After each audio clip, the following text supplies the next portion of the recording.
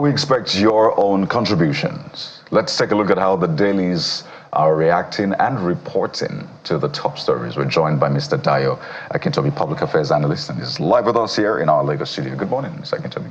Good morning, Kayode. Good morning, Bukola. Good morning, I can see the Nigeria. Friday feel on you as well. Yes, we get to leave the ties at home today.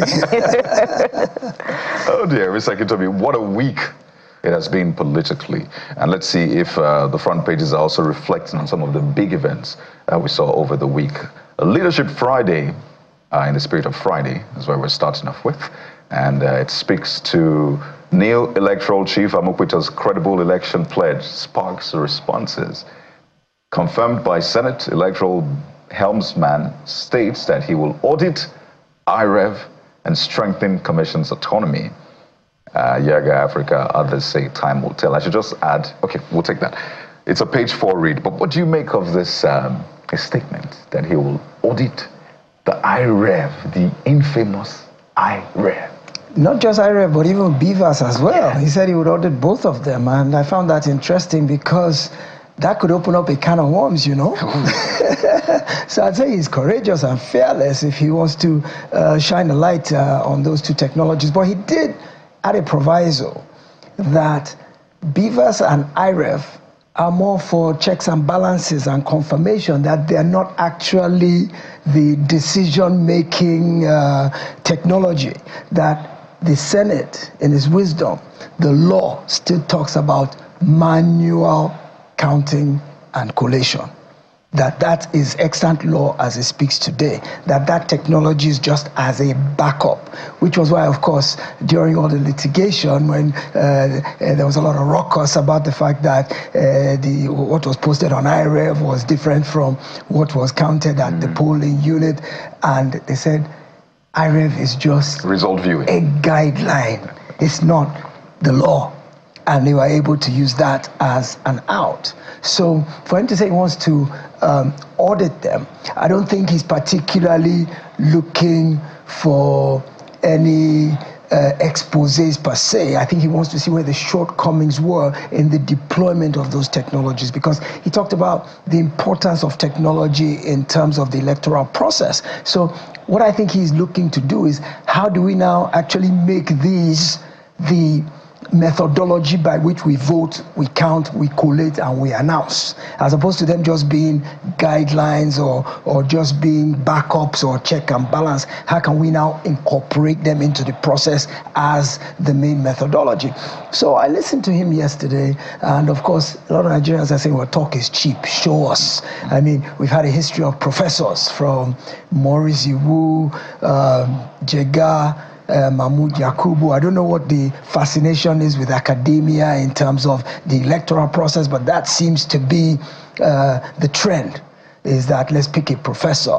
First of all, they're supposed to be above board and have integrity. They have intellectual capabilities. We don't have ivory tower. They're protected from all of the... Yes, but that doesn't speak to their management capabilities. Because ASU is on strike as we speak. And does it also speak to their competence capabilities as far as the manipulation of technology is concerned? Exactly. But listening to Professor Amupitan yesterday, he inspires quite a lot of confidence. I think he has an impeccable pedigree. I think he's quite intellectually capable, and I think he has some of the right ideas. I like that one about an election offenses tribunal. I like that. I also like the idea that he put forward, apart from even the technology aspect. I like the fact that he said that losers should accept loss.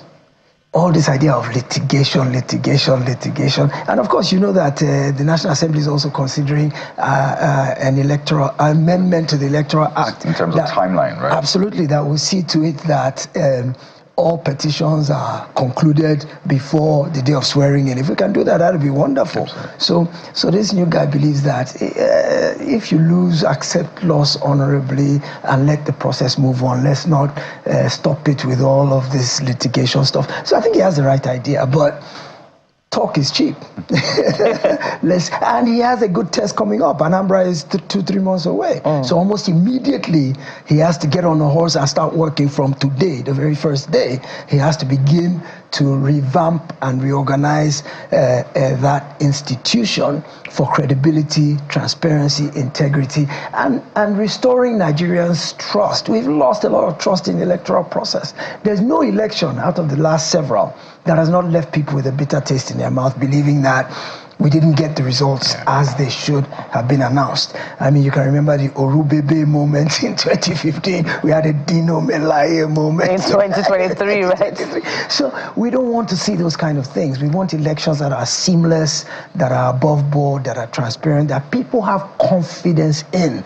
That is one man, one vote, and it's the person who won that's been announced. I wish Professor Amupitan all the best of luck in this undertaking. Amen. And I don't envy him. He's got a great job of work to do upon resumption. We're not done with INEC, or the papers are not done with INEC yet. Let's head to New Telegraph. New Telegraph is also focusing on a story related to the work of the electoral umpire, FOI. INEC demands 1.5 billion naira from law firm for access to voters' register. It's a page 2, 4, and 6 read, but there's some insights there. Cites guidelines for processing, issuance of CTC of documents, Electoral Act confusion as Senate Board second reading seeks more consultations. Well, that's, part of what we had reviewed earlier. But as far as this is concerned, it has to do with release of public documents. The story is not quite clear about the client on which behalf the law firm is seeking the documents, but 1.5 billion naira. And INEC is saying there are no hidden charges. They're just costs for the duplication of the document. It's just photocopying charge. They say it's 250 per page, and there's 6-point-something million pages. So my question was, why can't you give them soft copies, digital? That doesn't cost you anything. But apparently, the requester asked for hard copies. We want paper. We want to see it in black and white, this voters register. Well, if that's the case, they have to be photocopied, and each page has to be certified. There's a cost to that, and who's supposed to underwrite it? Because you ask for it, is INEC supposed to take from his budget to begin to make photocopies? If you're making 6 million photocopies, there's a cost even at 10 naira. But perhaps INEC is unable, according to its rules, to release soft copies. I wonder what the FOI Act says about all of these. I really don't know, but from what I heard that the requester asked for hard copies. It's possible they asked for any form of copies, and maybe the INEC law does not permit them to release soft copies, but for some reason, the request is being attended to with hard copies. Whatever is responsible for that, we don't know. But it's hard copies. And the issue is there's a cost to producing a photocopy. There's a cost to certifying each page. And the voters register is 6-point-something million pages long. So I don't expect INEC on its own to bear that cost. It's a request by somebody, and whatever it costs. When you go to get a CTC of even a 3-page document in a court, you pay for the production. So I don't see what all the hoopla is all about. I think there was a miscommunication to where people initially thought that INEC was demanding that money for giving the voters register. But INEC clarified yesterday and said it's for the production, it's for the photocopies, it's for the certification, it's for printing of, it's the cost of paper. I mean, we're importing paper, we don't produce paper in Nigeria. If you are bringing 6 million sheets of paper, the cost of the paper and the cost of the photocopy, it's not small. So that's what that is all about. I don't see anything untoward about INEC asking for that amount of money to produce 6 million pages. Yeah, that's as clear as it gets, right? Yes, so the request is for certified true copies. Absolutely. So, I mean, that rules out soft copy, except you go through a process to certify the true copy of the soft copy. But it's a very interesting conversation, because I'm thinking about just the quantum. If you get those documents, if you're able to get 1.5 billion, get the document, I really don't envy the lawyer or the associate who would have to go through. How do you go through 6 million pages one by one? I do not envy that as you. I'm not sure how long it will take. But it's very interesting because the provisions say the agency or the commission may charge money for processing the request. But we'll see how that plays out. What is this case about? I know Nigerians are more curious about what this case is about than the 1.5 billion naira, because I think it would also help them to properly put this in context. So watch this space. Yes. We'll give you some more details, but let's move on to other front pages this morning.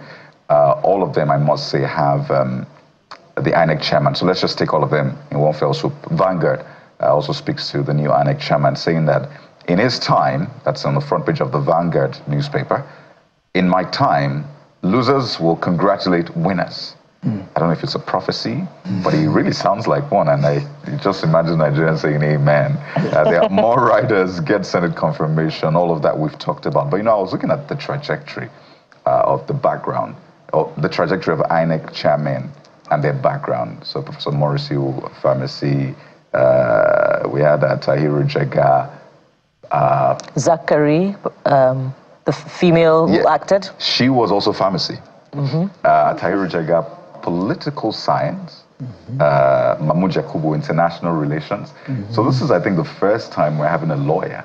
Yes. In that sense, a senior lawyer heading INEC. So will this, because I think the litigation is also one big issue that INEC has to go through. Yes. So will his pedigree, will his qualification change anything when it comes to litigation and all of that? I imagine that this will change something. But it's very interesting that this is the first time I'm having a lawyer. It could be a double-edged sword. Right. It could have the advantage that he's versed in litigation and he knows legal processes, and so he's able to marry that notion of electoral disputation and know the role INEC has to play in trying to telegraph the fact that it did its own role correctly and be able to defend INEC's role in any electoral dispute. However, the other side of the coin is that politicians and lawyers seem to have some sort of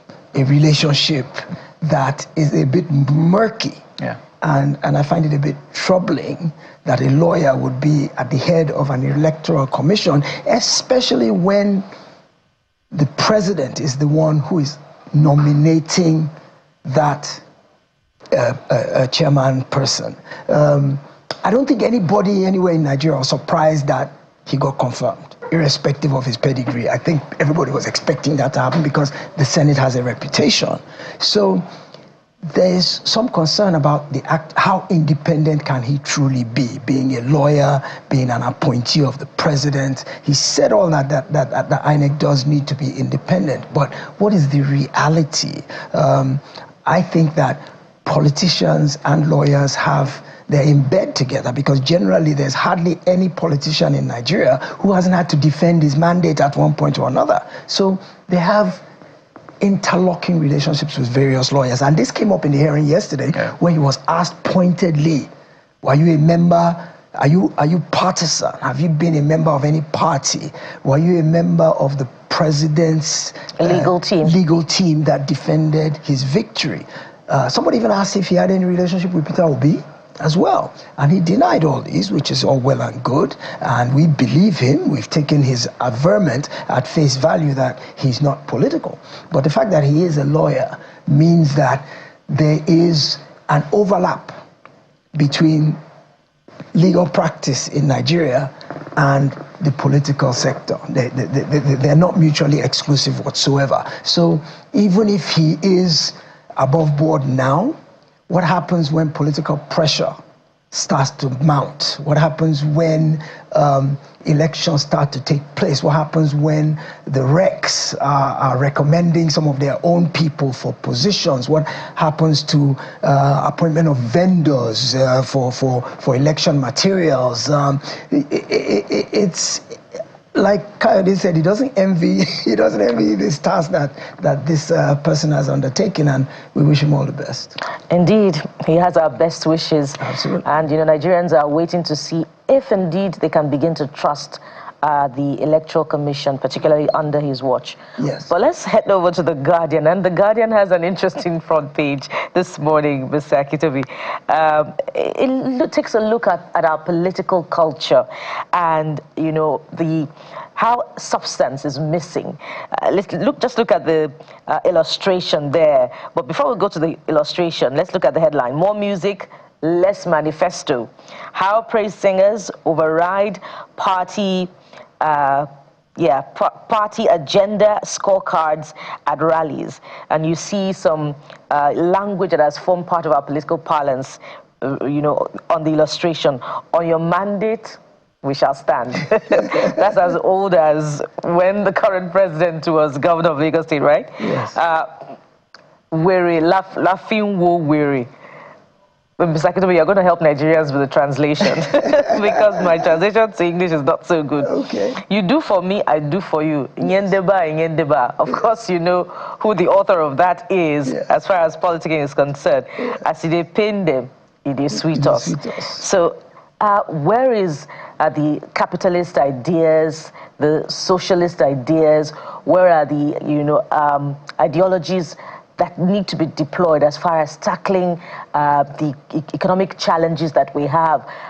Do you find them perhaps laced in this, or maybe this illustration is an extreme representation of what our political culture is? Well, we're being entertained into sedation. I'm sorry to say. Into sedation, right? Into sedation, absolutely. And, it, of course, if it's that way in one sector, it will, of course, seep into every other aspect of our lives. And, why should politics be any different? You look at the rallies today and you hear very little about agendas and manifestos. And first of all, there's no ideology anyway. The only ideology that is unifying people around a particular platform is simply the ability to be propelled into office. Political parties in Nigeria are just vehicles to get you into office. We are not unified around a cause that says that, okay, I'm a progressive, I'm a liberal, I'm a conservative, I'm a labor. No, it's simply, can you help me achieve my goal? And that's why it's so easy to jump from to cross carpet, is because there's nothing that is holding me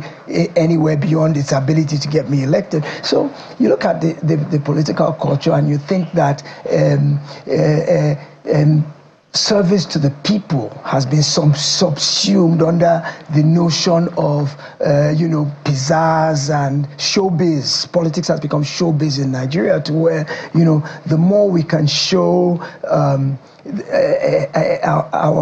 our pizzazz and excitement and fervor, and the fact that we have crowds, and that overwhelms the notion of focus. What are we here for? You see the performing governors, they're quiet. The performing representatives, they're quiet. They do their work. You don't see them much. You don't hear them much. Their convoys are not very long. There's no music. There's no hoopla.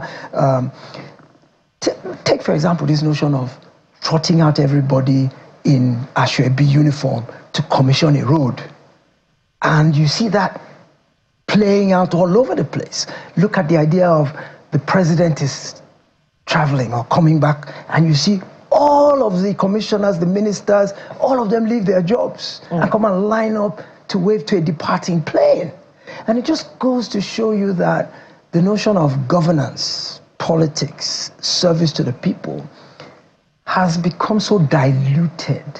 But doesn't it contrast with our intellectual capacity and disposition as a nation? Because from a distance, if you looked at Nigeria is not necessarily an intellectually lazy nation. No, we're not ignorant by any stretch of the imagination. We're quite enlightened and quite educated as well.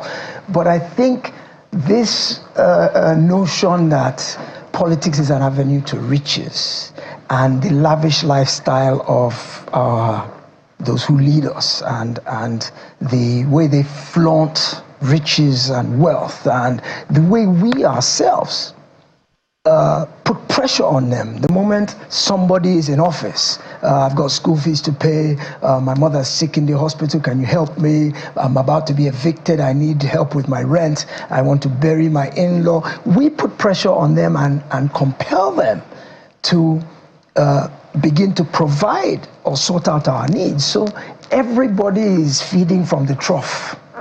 And ultimately, we put aside the notion of the fact that what politics should be. not what politics is. Politics in Nigeria simply at the moment is, how do I get my own share of the pie? How is stomach infrastructure? It's about dividends of democracy. Don't pass me, oh, don't pass me, dear Lord. When you said I should translate some of the things you said earlier, you know, it is madness that we use to cure madness. You know, so don't pass by me the good things of life, and what it takes for me to get them, I will do. And so I gave an example. Somebody who works in our office came complaining the other day about the fact that I took his daughter to a general hospital and they didn't have drip or they didn't have an injection, and he had to go out and start looking for where to buy to provide it himself. And I said, how did you vote in the last election? Oh, I didn't vote. Oh, I will vote for, why would I waste my vote? Why would I waste my time? And I said, so you don't see a correlation between your vote and the drip in the hospital? And he didn't get the connection. And I think that's where we fall down on the job, is that we don't understand that one is related to the other, that one gives rise to the other, and that's where the system breaks down. Political education. I know that there are courses, political science and all of that, but I think from primary school, yes, people should begin to understand the link. Yes, understand how governance works, absolutely, how politics influences governance. And I think we'll eventually, if we're able to get it there, we'll breed people who are more politically conscious, politically wise, and they really understand what the system is when about. We were growing up, they were offered civics. I don't know about today. Well, it's content creation. The same as social studies that we also, you know, took up in primary school. Yes. I'm saying to be people are focusing on content creation. That's the drive. But just entertained into sedation. Do you know, if you look at what we consume, you know what? Let's go over to this Nigerian newspaper. And I think it's maybe our own approach to things. We can build something around it and make it as far as it works for us. But this Nigeria, just to mention, talks about that pardon controversy. No inmate released yet, says AGF, Fagbemi. Only inmates who pass ongoing legal procedural verification will be granted final clemency approval. So I thought the president already granted an approval. But because of the uproar, it looks like we're now saying there's another approval after the president. This is an afterthought, I promise you. I guarantee you it's an afterthought because of the uproar, because of the public uproar. Because there's no way you release the list. It already said the president signed off on it. If you were still going through a review and you were still crossing T's and dotting I's, the list would not have been released yet. By virtue of the fact, when that list was released, it said this is based on the president's prerogative of mercy. So it was a done deal. And I won't be surprised if any of those people who was on that initial list gets yanked because of this sudden review, doesn't go to court or protest and say, I was already pardoned. How can you now say I'm not? How can you unpardon a pardon? And if it is yanked, would it be made public? Well, we already have the list of those who are the 127 or however many. I mean, if names were yanked off that list, would the administration be forthright enough to make public again the updated list? They have to make public. We'll have to make public the updated list. And besides, even if they don't, we will hear outcry from the families of those who are initially on the list and now have been removed. So I think this was a knee-jerk reaction. I think that they put the list out assuming that they could do it and get away with it. Then they saw the public uproar, because in truth, it was quite untoward when you see people sentenced to 10 years for murder, 20 years for drug trafficking. They've done 2 or 3 years. That kind of prerogative is usually reserved for miscarriages of justice, people who are unjustly convicted, people who have mitigating circumstances. Perhaps they've spent 50, 60 odd years. They are now in their twilight years. They are ill. They are ailing. There is usually compelling reason to do it, not willy-nilly political or just simple sentiments. There's usually, and that list does not reflect that deepness of thought. However, some people have tried to excuse it and say there was a committee that did it. But I think that for the president to have signed on it, he needed to have reviewed that list, no matter how cursory. He needed to have looked at it and questioned 1 or 2 and said, this person, I remember this person in the news 20 years ago. Didn't she kill her husband? What's her name doing on this list? And I think the government can use this show that we listen, for a government that listens, whichever way they try to couch Yes. this statement and say, okay, there needs to be another. That's what I would have liked to hear, was the Attorney General to say yesterday that, look, we're a listening government. There was a part in that also said we acknowledge, Yes, he did. There was a part in that, but that wasn't the reason given. No, that was an aside, But truth be told, this government has actually reversed some things based on public outcry. And I think it's something they should actually build on. Yeah, they should promote that, yes. But Mr. Akintobi, we have to listen to the director in the MCR. Because we're a listening team, right? Because we can go on and on with this. It's always a pleasure having you on the program, Mr. Dayo Akintobi, Public Affairs Analyst. Thank you for your time. Always a delight to be here. Happy weekend, Nigeria. Amen to that. We'll take a moment now. When we return, the new INEC chairman, what kind of INEC do you want to see? Let us know. Send us your mail on the email address which will be on your screen as we have that conversation and get your thoughts on the program. Stay with us. We'll be right back.